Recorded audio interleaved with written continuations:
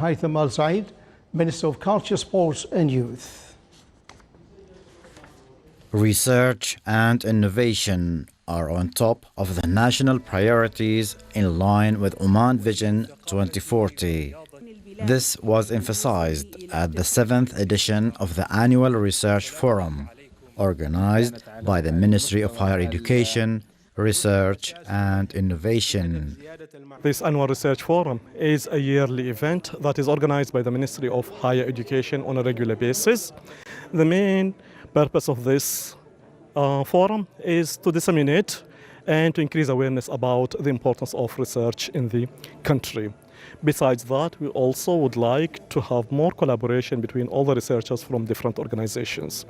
Over the years, we have seen a tremendous and continuous increase in both the total number of submitted research articles as well as in the quality of the submitted proposals. As for the future, obviously, we would love to make use of these research projects, and that can be done by implementing the results and making use of them, and perhaps by also transforming some products into commercial products by having collaboration with the private sector.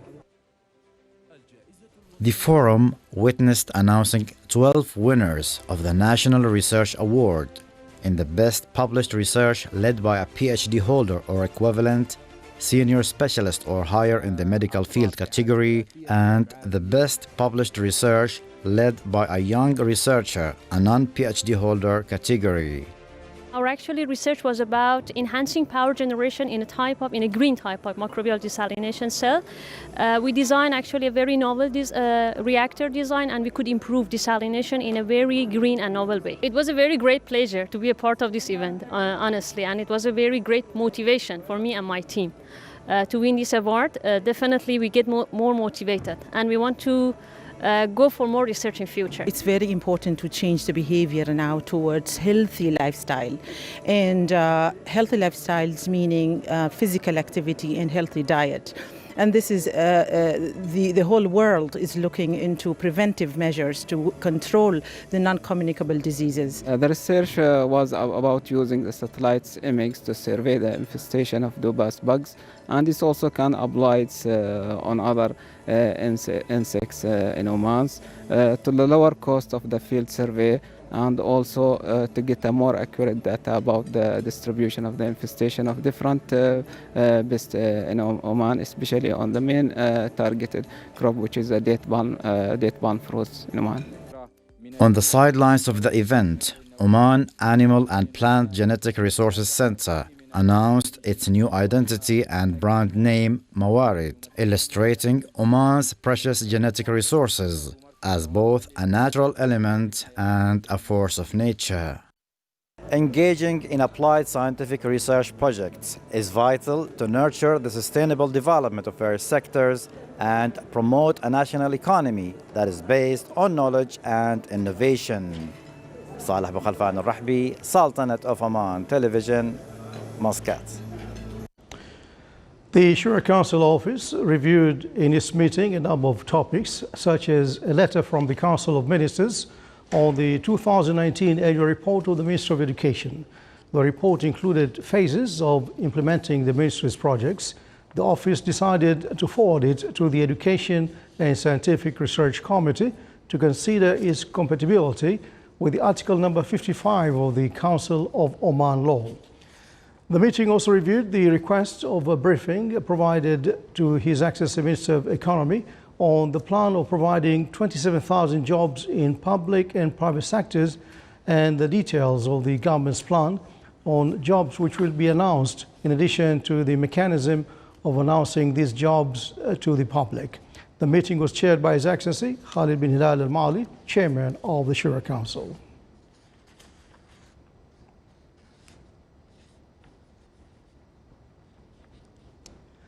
In line with the country's care to empower national workforce as the ultimate goal of development, Ministry of Social Development honored 22 participants who have completed Tamkeen program. The program targeted beneficiaries of social security schemes and individuals with limited income in order to improve their financial situation to become self-reliant. The program enabled the participants to acquire skills in cooking, hospitality, and photography. The Ministry of continuously works on improving the Tamkeen program to address skills that are suitable for the market, like project management for micro businesses and SMEs, and necessary administrative and financial skills.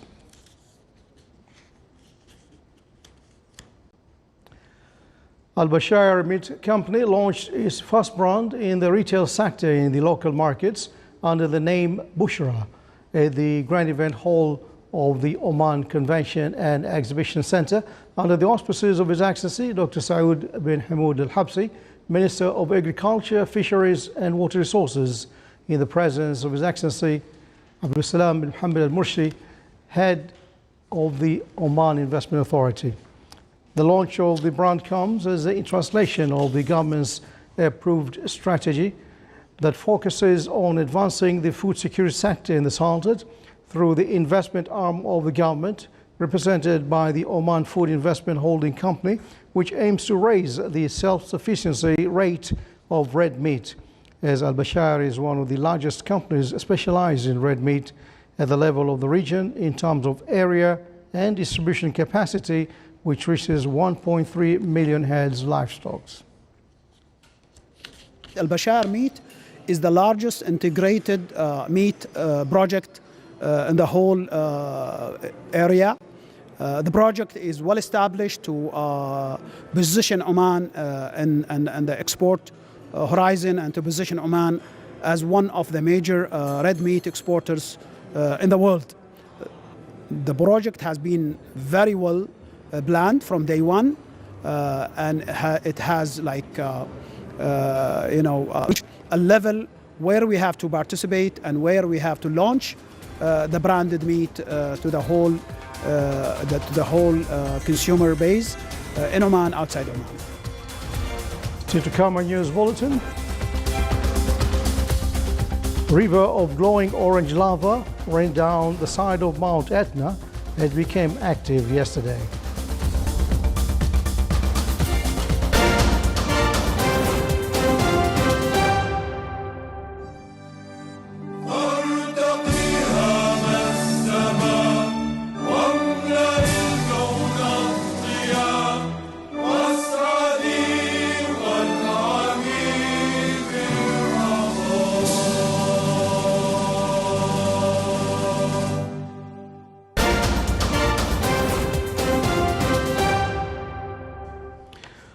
Welcome back to the news from the Sultanate of Oman Television.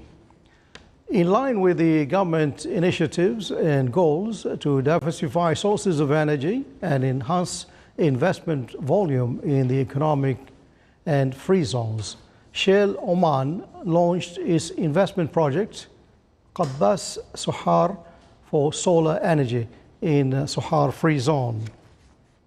The new solar energy project will provide 25 megawatt of clean energy for projects to help cut down the use of carbon-based fuels.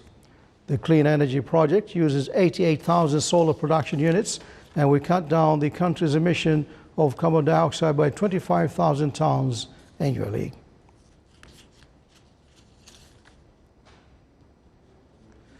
Students expressed their joy for returning to schools in the Sultanate, while remaining vigilant in following COVID-19 precautionary measures. More in the following report.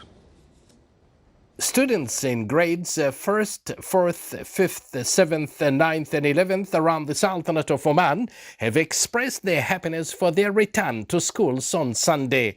This came after the decision of the Supreme Committee on COVID-19 approving schools to reopen. Concerned body, the Minister of Education, clarified during the 20th press conference of the Supreme Committee last Thursday that the decision to reopen schools came in response to several justifications, the most important of which is the positive outcome of the implementation of the school's health protocol and the need to further empower first-cycle pupils in basic skills such as reading, writing, arithmetic and new syllabi.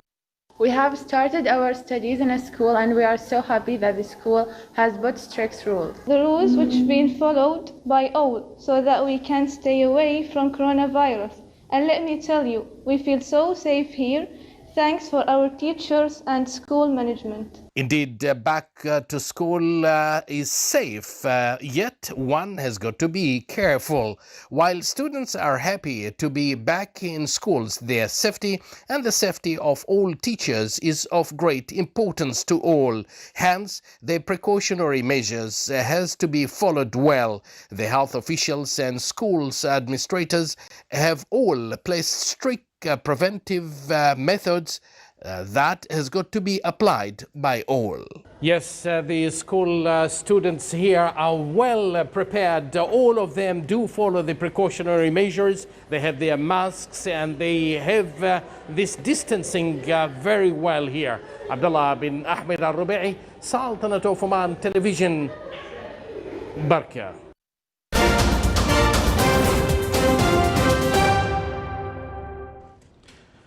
Chinese authorities today deployed additional medical experts to aid rescue attempts for at least 12 miners who have been trapped underground in a collapsed gold mine for more than a week. Local officials said rescuers are in telephone contact with 12 of 22 workers underground who are in good health, but the fate of the other 10 remained unknown. Hundreds of rescuers were drilling 6 shafts in an attempt to reach the different parts of the mine, as well as seeking to clear debris left by an explosion on January 10th that cut the miners off from the surface. Workers passed a note to the surface yesterday saying they were suffering from toxic fumes and rising water levels and calling on rescuers not to give up. Mine managers have been detained for waiting more than 24 hours before reporting the accident. The mine in Xia in Shandong province had been under construction at the time of the blast.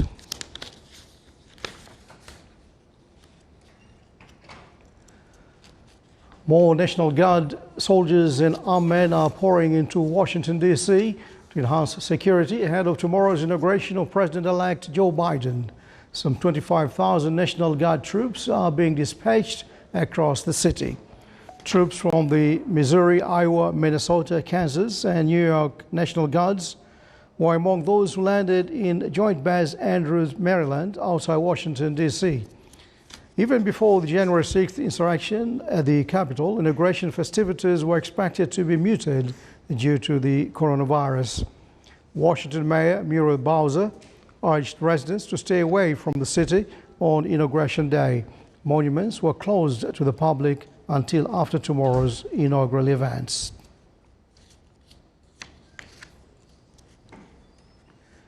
The head of France's state rail company has sounded the alarm over the future of the Eurostar train service, which connects the UK with continental Europe.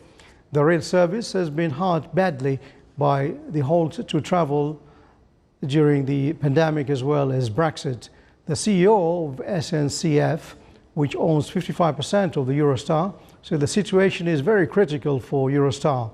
Passenger numbers on the cross-channel train service, which reaches UK, France, Belgium and Holland, have seen down 95% March and are currently believed to be less than 1% of the pre-pandemic level. It comes days after UK business leaders called for a British government rescue for the Channel Tunnel rail operator as border closures enforced to stop highly contagious virus variants threatened to push the service towards the brink of collapse. There's one round trip that runs between London and Paris and one other that runs between London and Brussels, Amsterdam, and these trains are only 10% full.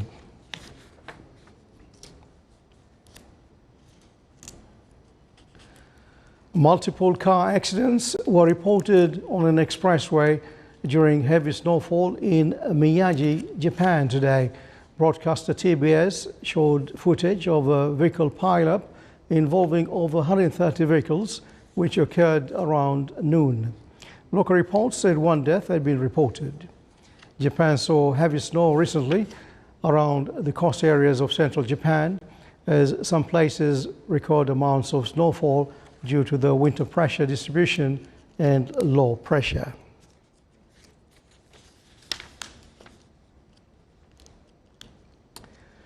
Explosions from Mount Etna, Europe's largest active volcano, sent lava rocks flying into the air overnight yesterday and left orange streams oozing down the slopes. The lava flowed onto the uninhabited valley, while some ash blew over some of the nearby towns. There were no risks of the local population. The volcano continued to be active today. Etna is the largest Italy's 3 active volcanoes, which also include Stromboli on Sicilian island of the same name, and Mount Vesuvius near Naples, which last erupted in 1944. Etna is a popular tourist destination, attracting hikers eager to see the extraordinary lava flows glowing orange at night.